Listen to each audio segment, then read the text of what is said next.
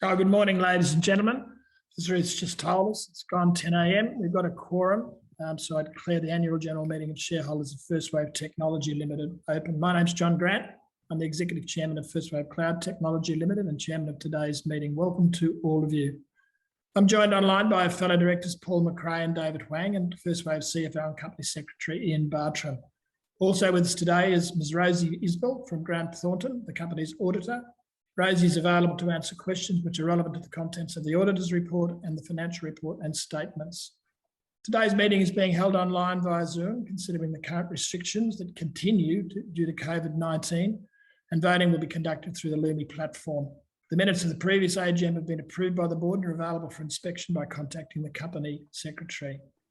Proposed to handle the meeting today as follows. Firstly, regarding your questions, as a virtual meeting, you can submit any questions or comments via the Q&A or chat functions, which can be found on your Zoom screens.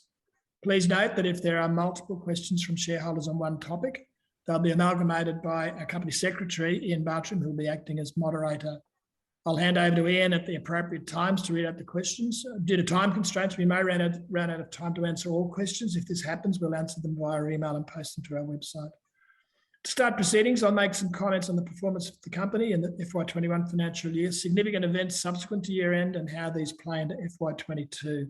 And this presentation and this address have been lodged on the ASX website just before the meeting was started for your easy reference.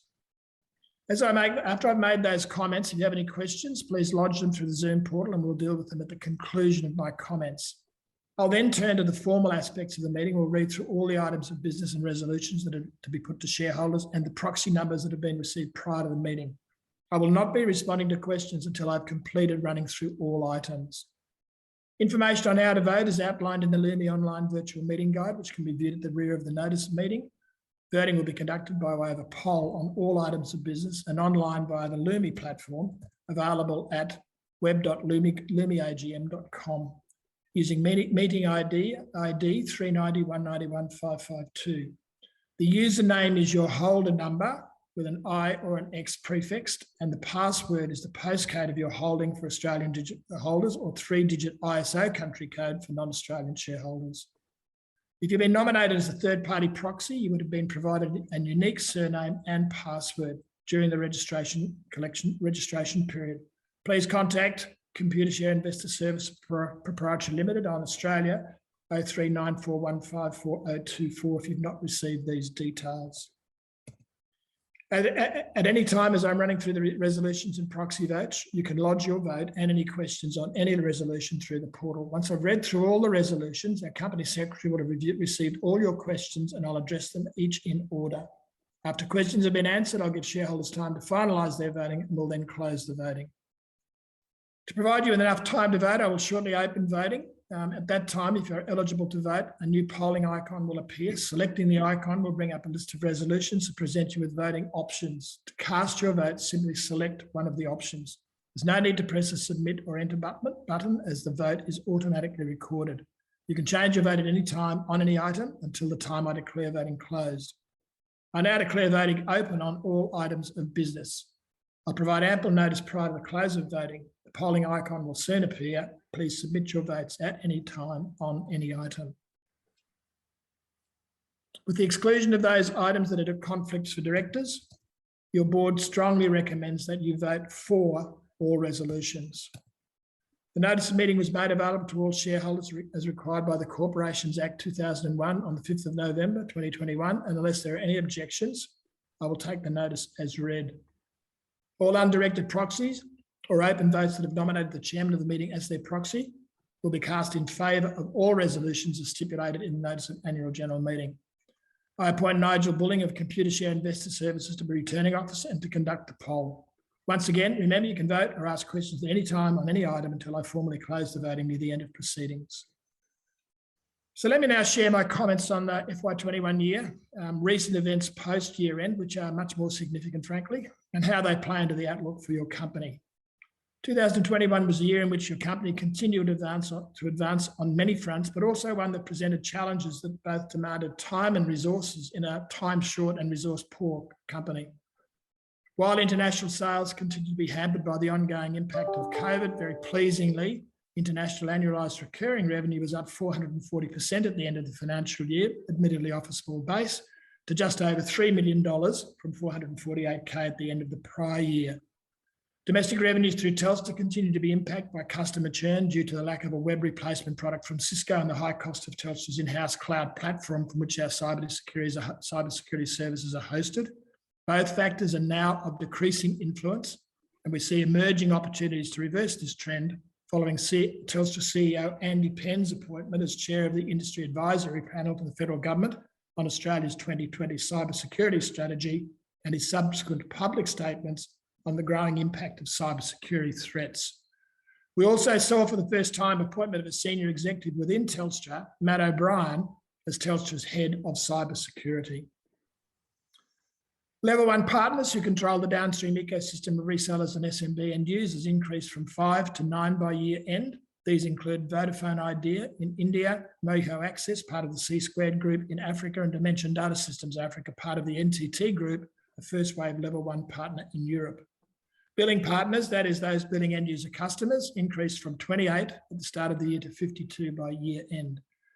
We also articulated clearly your company's overarching purpose as democratising enterprise-grade cybersecurity as a service for the world's SMBs. That is, making the best available to global SMBs at an affordable price. We added to the product portfolio with advanced detection and response essentials for email in partnership with Shelt Global and Web Protect DNS under an exclusive reseller agreement with Simplified Systems UK.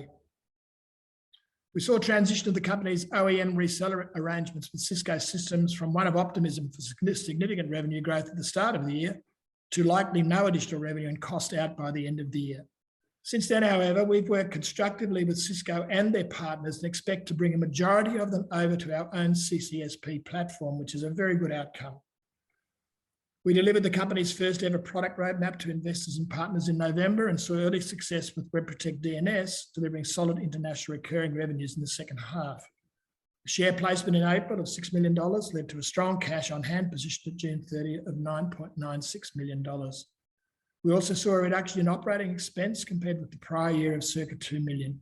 And finally, we were delighted to appoint Kevin Block as ex-Cisco Systems Chief Technical Officer for Australia and New Zealand as advisor to the company on technology and markets. Kevin's contribution over the year has been very significant.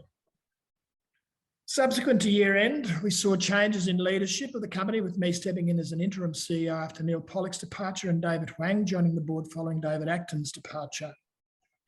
We also saw pausing of contracts to resell Web Protect DNS with level 1 partners in Africa, C-Squared and Telum Technologies. This impacted reported annualised recurring revenue internationally in Q1, but both contracts remain on foot and the outlook is positive as we near finalisation of revised terms with Telum and the potential to recommence billing in Q3. We remain in discussions with C-Squared. Of greater significance, however, was the commitment to significantly enhance the CCSP platform to reduce the friction for partners and end users to scaling quickly. This culminated in November in the launch of our enhanced platform as Cybercision. This first release is aimed predominantly at our service provider partners, providing higher levels of integration of the Cybercision platform into their operational billing systems and broader scope for bundling a subset of Cybercision security services easily. We've received very positive feedback from partners. The second release, aimed at the end user and featuring a mobile interface, is scheduled for launch at the end of Q3. These two software releases are without doubt the most significant in First Wave's history, and realistically, we have great hopes they will lay the foundation for accelerating uptake by partners and SMB end users in Q4 and beyond.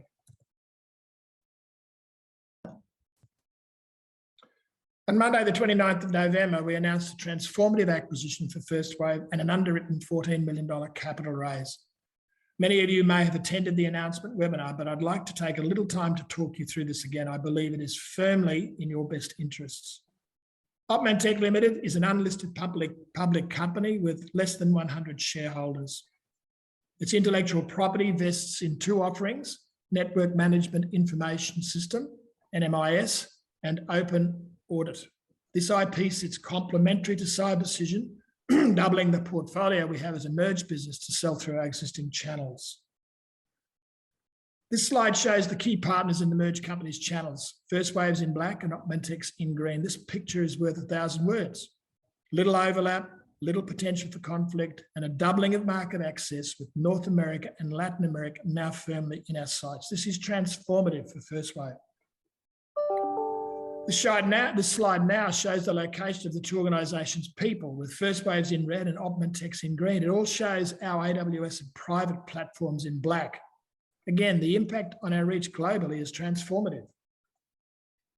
The slide shows the impact of Augmentex revenues at 100% margin on First Wave's pro forma FY21 gross profit, a de-risking of domestic gross profit through Telstra from 85% of total on the left to 54% on the right, and new revenues through North America and Latin America on the right, measuring 17% and 16% respectively. This is a transformed business. In merging the two businesses, we've identified $2 million in savings, some in existing expenditure, but the majority as expenditure within the financial plans for two businesses separately that can now be avoided. We have cross-sell opportunities through each of the two sales teams, which we'll work on in the second half of the current year, with the objective to bring them to account starting in the first half of FY23. We also see potential for upsell through integration of the software IP, so that in simple terms, security shortcomings in customer businesses can be identified by Open Audit and NMIS and remediated by Cybercision. We aren't counting this in our planning, but do see it as a real and additional opportunity in the midterm. Leadership of the business will be significantly bolstered. Danny Marr will be Managing Director and CEO. His background in building, growing and restructuring innovative companies holds him in great stead for this role. Equally importantly, and to some more importantly, Danny will be a 15% shareholder and will bring reality to the claim we have rightly made that directors are committed to making decisions that are in shareholders' best interests and growing shareholder value. Craig Nelson, Augmentex current CEO, will be Chief Revenue Officer and Head of Global Sales. Again, his experience and pedigree are perfect for this role, but equally importantly, he's being located in San Francisco on the US West Coast with a direct and channel sales team at his disposal, opens this market as First Wave could not have imagined in the next 3 to 4 years. Again, this is transformative. And the board is also strengthened with Ray Kiley, a current advisor to Augmentex and with relevant experience to First Wave's immediate future, joining as a non-executive director. So your company's opportunity and its future can be transformed through this acquisition. It is also appropriate to add that the opportunity for Augmentex shareholders who have potentially waited for such a moment since 2011 is similarly transformed. We wait for their affirmation of the transaction. That concludes my comments. If you haven't already, please enter any questions you have through the Zoom Q&A. I'll wait for a minute for them to come through.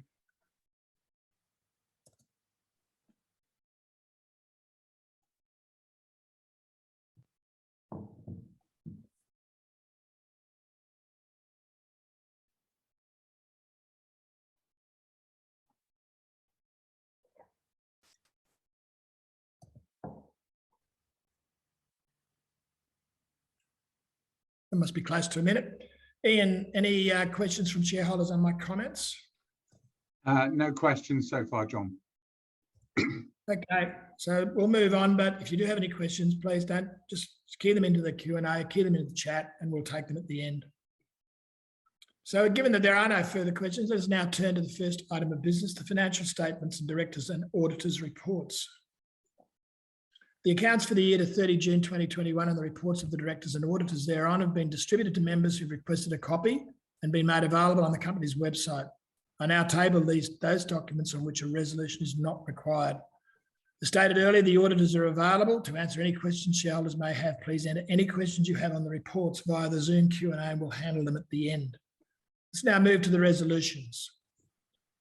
Resolution 1 is the adoption of the company's remuneration report for the year ended 30th of June 2021. As you will be aware, the Corporations Act requires that a resolution be put to members to adopt the remuneration report as discussed in the directors' reports. This is set out on pages 9 to 20 of the company's 2021 annual report. While the vote on this resolution is advisory only and non-binding on the directors of the company, it gives members the opportunity to ask questions or make comments concerning the remuneration report, and the outcome of the vote will be taken into consideration when reviewing remuneration practices and policies. Under the Corporations Act, if 25% or more of the votes cast voted against the adoption of the remuneration report at 2 consecutive AGMs, shareholders will be required to vote at the second of those AGMs on a spill resolution that another meeting be held within 90 days at which all of the company's directors must go up for re-election. The Corporations Act imposes restrictions on directors and other key management personnel of the company and their closely related parties from voting in any capacity, for example, as a shareholder, proxy, or corporate representative on that resolution. This restriction does not apply if the person who is voting, including the chairman, has been appointed as a proxy for this resolution or by another person, provided that this other person who appointed the proxy is not themselves a person subject to the restriction. Where I, as chairman, have been appointed as a proxy for a person who is permitted to vote on this resolution 1, then I will vote any open proxies in favour of resolution 1, as I will for all resolutions. The proxies for resolution 1 are now shown on the slide. You can now vote for resolution 1 via the online portal by using the polling icon. To cast your vote, simply elect one of the options. There's no need to press or submit or enter button, as I said before, as the vote is automatically recorded. You can, however, change your vote up until the time I declare the voting closed. Let's move to resolution 2, which relates to the election of Hu David Huang as a director, as an ordinary resolution. Mr. David Huang is an experienced corporate lawyer specialising in capital markets, corporate governance and compliance. He currently serves as principal of Atomic Legal, formerly Wittens & McHugh, an Australian specialist law and corporate governance firm. He also serves as Chief Compliance Officer of Atomic Group. He has extensive expertise in legal, governance and compliance matters for ASX-listed entities across a wide range of industry sectors, including technology, and currently serves as Company Secretary for a number of ASX-listed companies, including Live Tiles Limited and Bike Exchange Limited. He's also a notary public. I'll now read the resolution. That David Huang, a director appointed as an additional director and holding office until the next general meeting of the company after his appointment in accordance with the company's constitution and ASX Listing Rule 14.4, be elected as a director of the company effective immediately.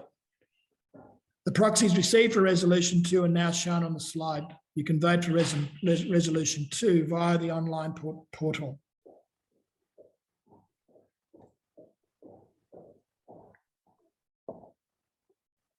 Resolution 3 is the re-election of Paul McRae as a director as an ordinary resolution. Mr. Paul McRae joined the company as a non-exec director in March 2016. He has a successful history of setting up and running businesses in the IT industry in Australia and overseas. Strong background in IT security, application software development, outsourcing, cloud computing and transactional systems. And has been instrumental in growing business at several leading software companies. Most recently, he ran a division of Technology One Limited. Prior to that, he established Message Labs in Australia and New Zealand. Message Labs was ultimately acquired by Symantec to establish their cloud business, at least. He also set up the global reservation system Galileo in New Zealand and set up and sold an SAP consultancy business. I'll now read the resolution. Paul McRae, a director who retires by rotation in accordance with the company's constitution and ASX Listing Rule 14.5, and being eligible, offers himself for re-election as the director of the company effective immediately. The proxies received for resolution 3 are now shown on the slide. Again, you can vote for resolution 3 via the online portal. Let's move to resolution 4. Is the ASX Listing Rule 7.1A, approval of future issue of securities. The purpose of this resolution is to ensure the company can issue equity securities under the 10% placement facility. Resolution 4 is a special resolution and therefore requires approval of 75% of the votes cast by shareholders present and eligible to vote. If resolution 4 is passed, the company will be able to issue equity securities up to the combined 25% limit in Listing Rules 7.1 and 7.1A without any further approval. I'll now read the resolution. That for the purposes of ASX Listing Rule 7.1A and for all other purposes, the shareholders approve the issue of equity securities up to 10% of the issued capital of the company at the time of issue, calculated in accordance with the formula prescribed in ASX Listing Rule 7.1A.2 and otherwise on the terms and conditions set out in the explanatory statement which accompanies and forms part of this notice of meeting. Proxies for resolution 4 are now shown on the slide. Again, you can vote for Resolution 4 via the online portal. Resolution 5 is the ratification of prior issue of 66,666,667 fully paid ordinary shares as an ordinary resolution. I'll now read the resolution. That for the purposes of ASX Listing Rule 7.4 and for all other purposes, the shareholders ratify the allotment and prior issue of 66,666,667 fully paid ordinary shares issued on 6th of May 2021 and otherwise on the terms and conditions set out in the explanatory statement which accompanies and forms part of this notice of meeting. The proxies received for Resolution 5 are now shown on the slide. You can vote for Resolution 5 via the online portal. Resolution 6 is the ratification of prior issue of 4,413,430 fully paid ordinary shares. I'll now read the resolution. That for the purposes of ASX Listing Rule 7.4 and for all other purposes, the shareholders ratify the allotment and prior issue of 4,413,430 fully paid ordinary shares issued on 3rd of June 2021 and otherwise on the terms and conditions set out in the explanatory statement which accompanies and forms part of this notice of meeting. The proxies for Resolution 6 are now shown on the slide. You can vote for Resolution 6 again via the online portal. Resolution 7 is the amendment of the Constitution of the company and is a special resolution. I'll now read the resolution. That for the purpose of Section 136 of the Corporations Act and for all other purposes, the Constitution of the company be amended in the form of the document tabled at this meeting and signed by the Chair for the purposes of identification, effective immediately. The proxies received for Resolution 7 are now shown on the slide. Again, vote for Resolution 7 via the online portal. Resolution 8 is the renewal of proportional takeover provisions and is a special resolution. I'll now read the resolution that for the purposes of Section 648G of the Corporations Act and for all other purposes, approval is given for the company to renew the proportional takeover provisions in its constitution with immediate effect. The proxies received for Resolution 8 are now shown on the slide and you can vote via the online portal. That completes reading of the resolutions. Please be reminded that except for where a resolution concerns a particular director, your board unanimously recommends that you vote for all resolutions. I can now address any questions lodged by attendees. Ian, have there been any questions lodged on item 1, the company's financial statements and report for FY21? Not so far, John. Okay, again, before we end play here, if you've got any questions, just send them in using the Q&A function. We'll now move to questions on the resolutions. Ian, any questions from shareholders on Resolution 1? No. There being no questions, I move the motion to consider and if thought fit to pass that the remuneration report set out in the Directors' Report for the year ended 30 June 2021 be adopted. Please ensure you have lodged your vote on Resolution 1. Ian, any questions on Resolution 2? No, John. There are no questions. I have pleasure in moving the motion to consider and if thought fit to pass the approval that David Huang is elected as a director of the company. Again, please ensure you've lodged your vote on Resolution 2. Ian, any questions on Resolution 3? No questions. So I have pleasure in moving the motion to consider and, if thought fit, to pass the approval that Paul McRae is re-elected as a director of the company. Congratulations to both David and to Paul. Hopefully, that based on the proxies, they'll be staying as directors. Ian, any on Resolution 4? No questions. I move the motion to consider and, if thought fit, that shareholders approve the issue of additional equity securities up to 10% of the issued capital of the company on the terms and conditions in the explanatory memorandum. Please ensure you've lodged your vote on Resolution 4. Ian, any questions on Resolution 5? No questions, John. I move the motion to consider and, if thought fit, that shareholders ratify the allotment and prior issue of 66,666,667 fully paid ordinary shares issued on the 6th of May 2021.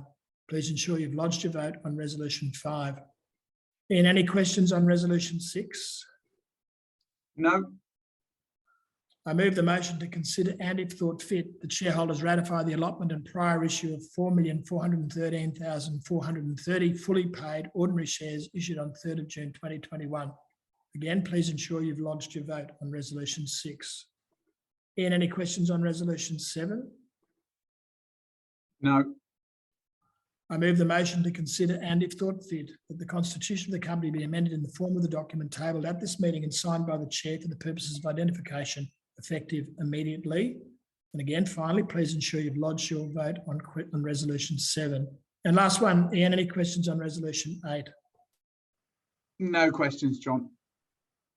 I move the motion to consider and if thought fit, that approval is given for the company to renew the proportional takeover provisions in its constitution with immediate effect. Please ensure you've lodged your vote on resolution 8. I've now moved a motion on each of the resolutions to be voted on. Thank you. Once again, aside from resolutions in which a director would be conflicted, your board strongly recommends that you vote for all resolutions. I'll now pause for 1 minute to allow you time to finalise those votes, after which I will close the poll. Please ensure that you've cast your vote on all resolutions. A minute is such a long time when you wait for it to pass. And just before I close the voting, are there any other questions that have come through at all on either the first item of business or any of the resolutions? No questions, no chat, no raised hands, John. Okay, thank you very much. Thanks to all shareholders listening. I declare the poll closed and formally charge Mr. Bulling as returning officer to count the votes. After the votes have been counted, the results of the poll will be released to the Australian Securities Exchange and placed on the company's website. Ladies and gentlemen, that concludes the formal business of the meeting. I thank you all for your attendance and declare the meeting closed.